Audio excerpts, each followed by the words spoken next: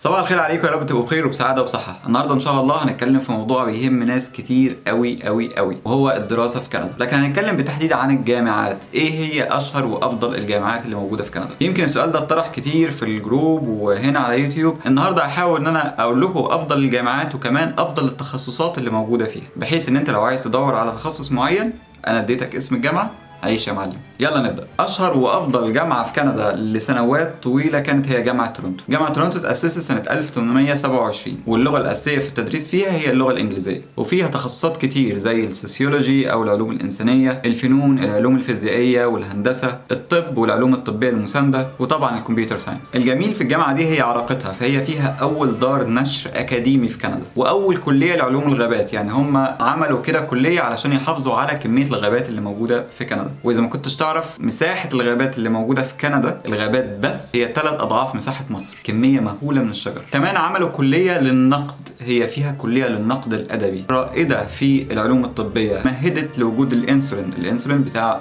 مرض السكر. وكمان من الجامعات الرائده في العلاج بالخلايا الجذعيه. الحرم الجامعي نفسه موجود في وسط المدينه، بيجي لهم سياح كمان كتير علشان يتفرجوا بس على المباني بتاعه الجامعه. في جامعه تورونتو في 700 درجه علميه و200 درجه للدراسات العليا زي الماجستير والدكتوراه. وفي عدد طلبه كبير جدا في الجامعه دي، في حوالي 60,000 طالب.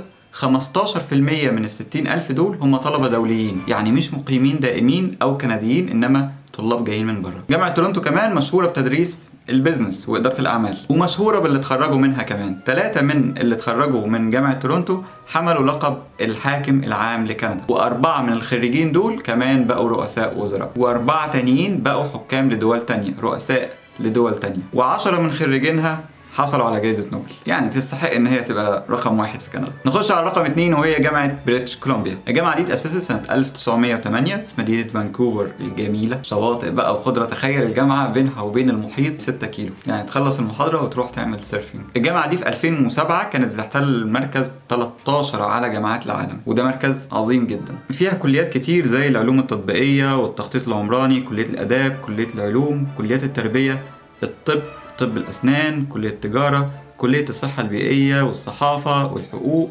والتمريض. كمان البيزنس والتمويل والمحاسبة دي حاجات أساسية. الجامعة فيها 50,000 طالب تقريبا، وربعهم طلبة دوليين. تعالوا كده نشوف إنجازات الجامعة. أولها 7 من خريجيها حصلوا على جائزة نوبل، و65 من خريجيها أخدوا ميداليات ذهبية في الأولمبياد. يعني تخيلوا الجامعة بتساعد اللي موجودين فيها على النشاط الرياضي كمان. لكن متهيألي أكبر إنجاز هو موجود في الفيزياء. في جامعة بريتش كولومبيا في أكبر سايكلوترون موجود في العالم. السايكلوترون ده بيعجل حركة الجسيمات. خريجين الجامعة كمان 3 منهم كانوا رؤساء وزراء لكندا، منهم جاستن ترودو بالمناسبة، كان خريج من كلية التربية. جاستن ترودو كان مدرس. ندخل في اللي بعده، اكتر جامعه قريبه ليا، جامعه ميجيل. انا ما بحبش جامعه ميجيل بس عشان هي جامعتي، لكن كمان هي فعلا حلوه، هي جامعه جميله جدا. الجامعه دي تاسست سنه 1821، واسسها رجل اعمال كده اسمه جيمس ميجيل. موجوده في مونتريال، وتعتبر يعني في حدود ال 40 41 42 على مستوى العالم. فيها عدد من الكليات زي كليه العلوم، كليه الهندسه، الحقوق، اداره الاعمال،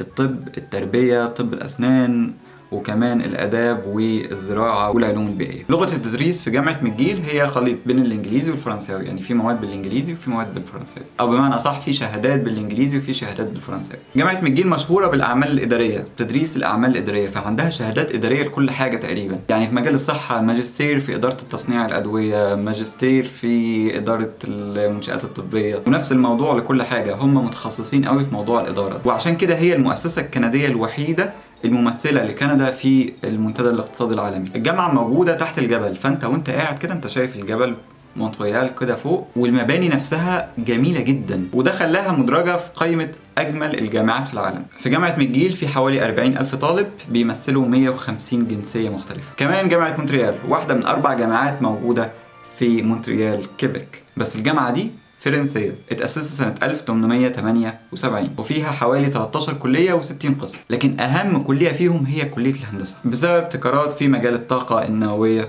وكمان في مجال البصريات. فيها كلية تصميم معماري، فيها كلية الآداب، فيها كلية حقوق، فيها كلية طب، وفيها كلية طب أسنان، فيها كلية طب بيطري، وكلية صيدلة، وكلية تربية، وكلية موسيقى، وكلية تمريض. وكمان عندهم كلية دينية، كلية لمقارنة الأديان كده. وكتصنيف دولي هي أخدة تقريبا 100 ل 103 في التصنيف الدولي على افضل جامعات العالم. ومع انها جامعه فرنسيه لكن في بعض المواد بيتم تدريسها باللغه الانجليزيه، وده موضوع كبير قوي بالنسبه للكيبيكوا، يعني هم كده جايين على نفسهم قوي. الجامعه فيها حوالي 50,000 طالب، ربعهم طلبه دوليين، والطلبه العرب اللي موجودين هناك اغلبهم من شمال افريقيا، تونس، الجزائر، المغرب. وزي جامعه ميجيل برضو جامعه مونتريال فيها فن معماري رهيب جدا في المباني بتاعتها. انا برضو معرفش ناس مشهورين يعني اتخرجوا من جامعه مونتريال، لكن اعرف ان في 10 رؤساء وزراء لكيبك للمقاطعه نفسها اتخرجوا من جامعه مونتريال. بعد كده نروح في الغرب شويه. جامعه البرتا اتاسست سنه 1800 اتأسست سنة 1908، يعني تعتبر جامعة جديدة بالنسبة للناس اللي فاتوا دول. في التصنيف العالمي هي قريبة شوية من جامعة مونتريال، هي تقريبا في 107 تقريبا، لكن لغة التدريس فيها هي اللغة الإنجليزية مش اللغة الفرنسية، لأنها طبعا مش موجودة في مقاطعة كيبك، هي موجودة في مقاطعة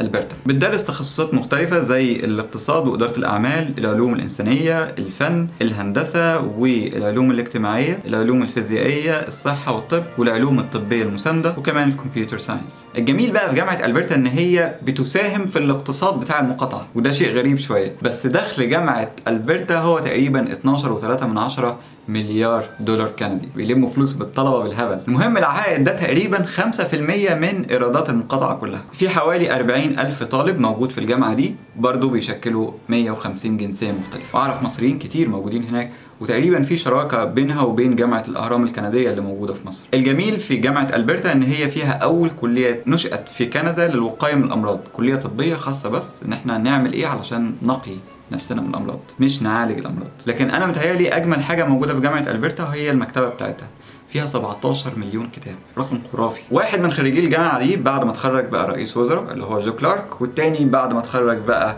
حاصل على جائزه نوبل اللي هو ريتشارد تايلور. وبعد كده نروح على جامعة ماكماستر. جامعة ماكماستر موجودة في مقاطعة أونتاريو، بالتحديد مدينة هاملتون، وتأسست سنة 1887، يعني جامعة عريقة، واللي أسسها كان البروفيسور أكيد حاجة ماكماستر، ويليام ماكماستر. جامعة ماكماستر فيها تخصصات كتير زي برضو العلوم الإنسانية، الفن، الاقتصاد، إدارة الأعمال، الهندسة والكمبيوتر ساينس، وكمان العلوم الفيزيائية والصحة والطب والعلوم الطبية المساندة. وكمان عندهم كلية تجارة انشئت سنة 1952، ويمكن عدد الطلاب الدوليين اللي موجودين فيها ما هوش كبير قوي، هم تقريبا 3800 طالب، لكن بالنسبة لعدد الطلاب الإجمالي اللي موجودين في الجامعة العدد ده يعتبر كويس. بعد كده نروح على جامعة ووترلو. ووترلو طبعا انتوا عارفين اتسمت علشان اكيد شخص اسمه ووترلو، لا مش عشان شخص اسمه ووترلو، علشان معركة اسمها ووترلو كانت بين الانجليز والفرنساويين. جامعة ووترلو اخذت المركز 173 على مستوى العالم، بس الكلام ده كان 2017، مش عارف دلوقتي بصراحة بقت كام. عدد الطلاب الدوليين اللي فيها حوالي 4700 طالب، وفيها تخصصات كتير زي الهندسة والفن والاقتصاد وإدارة الأعمال والعلوم الإنسانية والتقنيات، وتخصصات تانية هسيبها لكم